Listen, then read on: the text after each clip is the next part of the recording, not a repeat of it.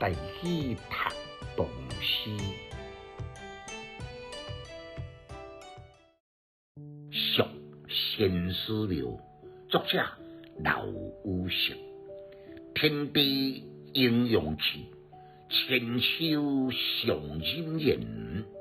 四分三足鼎，业福五銖钱。必上连开国，胜利不相嫌。凄凉蜀故基，来武归疆前。简介：这首诗用三国史各个各己的英怀花开并蒂佳作，天地应用气，千秋尚人言。头一句呢，就照三国非常出名的煮酒论英雄，做出对老毕所讲的今天下英雄为蜀昆以从，内面敢若加一个气，这个气呢，就是先思庙内面的气象。千秋贯穿古今，万世长存的志业，令人肃然起敬。头一年呢，就写得个空灵超脱，气势万千。四分三足鼎，业福五銖钱。由头一年的应用气来引出老毕经训天赋，建立蜀汉，甲魏吴三足鼎立。一句的五銖钱呢，是照汉朝的汉武帝所设立的，被篡汉的王莽所毁。后来汉光武刘秀重兴，重新来启用。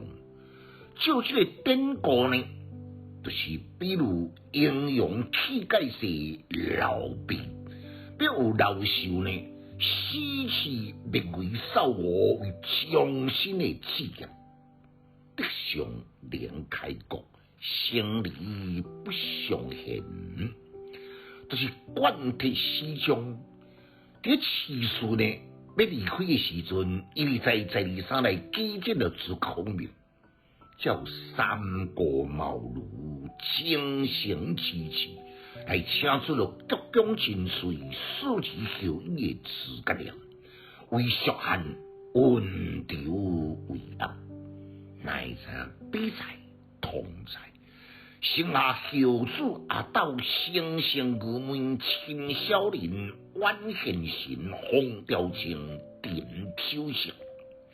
虽然得地城托孤，老毕遗言在先，交代孔明讲，如果后主若是不孝呢，希望孔明会当来做主，另立新君，攻汉室为重。奈何英明老毕低估气氛，照迄边字字汇泪，句句断肠的出师表。凄凉蜀故基，来武归疆前。尾言搁再加重来批判后主不孝，被软禁伫魏疆的时阵，见到西蜀的歌姬，也来跳舞唱歌，好无羞愧，感伤已经成为亡国喽咯。反倒回来逍遥自在，快乐忘形。对后主阿斗大漠不仁，确实无限的车谈。读诗的囡仔白学歹，有气质，还有文采。读诗快乐哦！